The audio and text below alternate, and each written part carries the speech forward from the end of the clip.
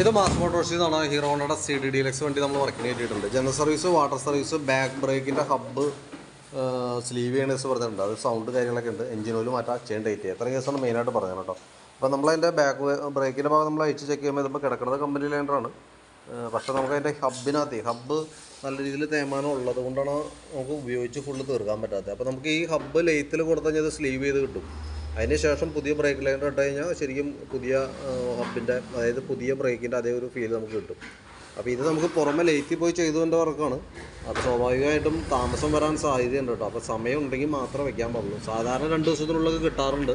പക്ഷേ നമ്മൾ 1-2 ദിവസം കൂടി കയറ്റി കണ്ടോളണം. കാരണം എന്താ വെച്ച് കഴിഞ്ഞാൽ ബൈ ചാൻസ് എന്തെങ്കിലും കാരണവശാൽ വൈകി പോയി കഴിഞ്ഞാൽ പിന്നെ നമ്മൾ കൊടുത്തു കഴിഞ്ഞാൽ പിന്നെ നമുക്കത് റെഡിയാക്കാതെ തിരിച്ച് കിട്ടില്ല. അപ്പോൾ അതനുസരിച്ചിട്ട് വേണം നമ്മൾ അറേഞ്ച് ചെയ്യാനായിട്ട് കേട്ടോ. അപ്പോൾ സമയമുണ്ട്, വേറെ വണ്ടി തൽക്കാലം ഉപയോഗിക്കാനുണ്ടെങ്കിൽ നമുക്ക് അതുകൂടി കൊടുത്ത് ക്ലിയർ ചെയ്യുകയാണെങ്കിൽ ആ ഭാഗം ഓക്കെ ആയിക്കോളും.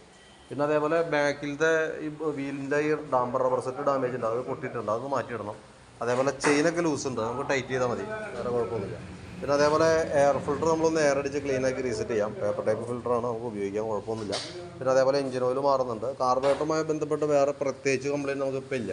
കാരണം ഇപ്പോൾ എൻ്റെ വണ്ടികൾ ഒട്ടുമിക്ക വണ്ടിയിലും കംപ്ലയിൻ്റ് ഉണ്ട്. പെട്രോൾ ഓവർഫ്ലോൻ്റെ കംപ്ലയിൻ്റാണ് മെയിൻ പ്രശ്നമായിട്ട് വരാം. നമ്മുടെ വണ്ടിക്ക് ഇപ്പോൾ നിലവിൽ അങ്ങനെ ഒരു കംപ്ലയിൻ്റ് ഇല്ല. പിന്നെ സർവീസിനകത്ത് നമുക്ക് കാർബറേറ്റർ ക്ലീനിങ് വരുന്നില്ല, നമ്മൾ അഡീഷണൽ ചെയ്യേണ്ട വർക്കാണ്. പ്രത്യേകിച്ചൊരു കംപ്ലയിൻറ്റ് ഇല്ലാത്തത് കൊണ്ട് നമ്മൾ കാർബറേറ്റർ അഴിക്കില്ല. കാർബറേറ്റർ അഴിച്ചാൽ സ്വാഭാവികമായിട്ട് ഏറ്റവും ചുരുക്കി നമുക്കൊരു 500-550 നമുക്ക് ചിലവുണ്ട്. തന്നെയല്ല, ചിലപ്പോൾ ഒരു പക്ഷേ നമ്മൾ ഈ ഇരിക്കുന്ന പൊസിഷനിൽ നിന്ന് അഴിച്ച് റീസെറ്റ് ചെയ്യുന്ന സമയത്ത് ഓവർഫ്ലോ വരാനുള്ള സാധ്യതയും നിലവിലുണ്ട്. അപ്പോൾ പരമാവധി ഉപയോഗിക്കുക. എന്തെങ്കിലും ഒരു പ്രോബ്ലം ഉണ്ടെങ്കിൽ മാത്രം നമ്മൾ കാർബറേറ്ററുമായി ബന്ധപ്പെട്ട് അഴിച്ചാൽ മതി കേട്ടോ.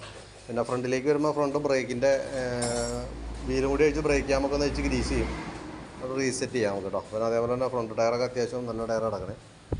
പിന്നെ ഈ സൈഡിലേക്ക് വരുമ്പോഴത്തേക്കും സ്പാർക്ക് പ്ലഗ് ഒന്ന് അഴിച്ച് ക്ലീൻ ചെയ്ത് റീസെറ്റ് ആക്കണുണ്ട്. നല്ല പ്ലഗ്ഗാണ്, കുഴപ്പമൊന്നുമില്ല. പിന്നെ അതേപോലെ ബാറ്ററി നമ്മൾ ചെക്ക് ചെയ്യുന്നുണ്ട്. ബോഷിൻ്റെ ബാറ്ററിയാണ് നമുക്ക് വണ്ടി ഇരിക്കണേ. 2023 ബാറ്ററിയാണ് കേട്ടോ. ഞാനതിൻ്റെ വോൾട്ടൊക്കെ നോക്കി, 13 വോൾട്ട് കാണിക്കുന്നുണ്ട്. അപ്പോൾ നമ്മൾ ലോഡ് ടെസ്റ്റിലേക്ക് കൊടുക്കുമ്പോഴും 9.3 വരുന്നുണ്ട് കേട്ടോ. നിലവിൽ കുഴപ്പമൊന്നുമില്ല, ബാറ്ററിയുടെ ഭാഗമൊക്കെ ഓക്കെയാണ്. അപ്പോൾ ഞാനതിൻ്റെ ഒരു എസ്റ്റിമേറ്റ് നോക്കിയിട്ട് ഡീറ്റെയിൽസ് വാട്സപ്പിലേക്ക് ഇട്ടേക്കാം. അതായത് ബാക്കിലത്തെ വീല് ലെയ്ത്തിൽ കൊടുത്ത് ഹബ്ബ് സ്ലീവ് അടക്കം ചെയ്തു വരുമ്പോൾ എത്ര വരുമെന്ന് അപ്രോക്സിമേറ്റ് ഒരു എസ്റ്റിമേറ്റ് ആക്കിയിട്ട് അതിൻ്റെ ഡീറ്റെയിൽസ് വാട്സപ്പിൽ സെൻഡ് ചെയ്തു കേട്ടോ.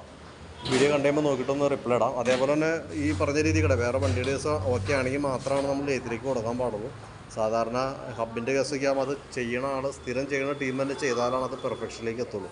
അതിന് അവരങ്ങനെ ലീവൊക്കെ ഉണ്ടെങ്കിൽ ചിലപ്പോൾ ഒരു ദിവസമൊക്കെ വൈകാറുണ്ട് സാധാരണ രീതിയിൽ. അപ്പോൾ അതുകൊണ്ട് തന്നെ നോക്കിയിട്ടൊന്ന് പറയണം കേട്ടോ. അതനുസരിച്ചിട്ട് വേണം നമുക്കത് ലെയ്ത്ത് വർക്കിനായിട്ട് വിടാം. ബാക്കിത്തെ വർക്ക് ഇപ്പോൾ കംപ്ലീറ്റ് ആവും, നമുക്കൊരു ഉച്ചയാകുമ്പോഴത്തേക്കും തീരും. പക്ഷേ ഇതിൻ്റെ കഴിഞ്ഞ് വരുമ്പോഴത്തേക്കും താമസം വരും. ഓക്കെ.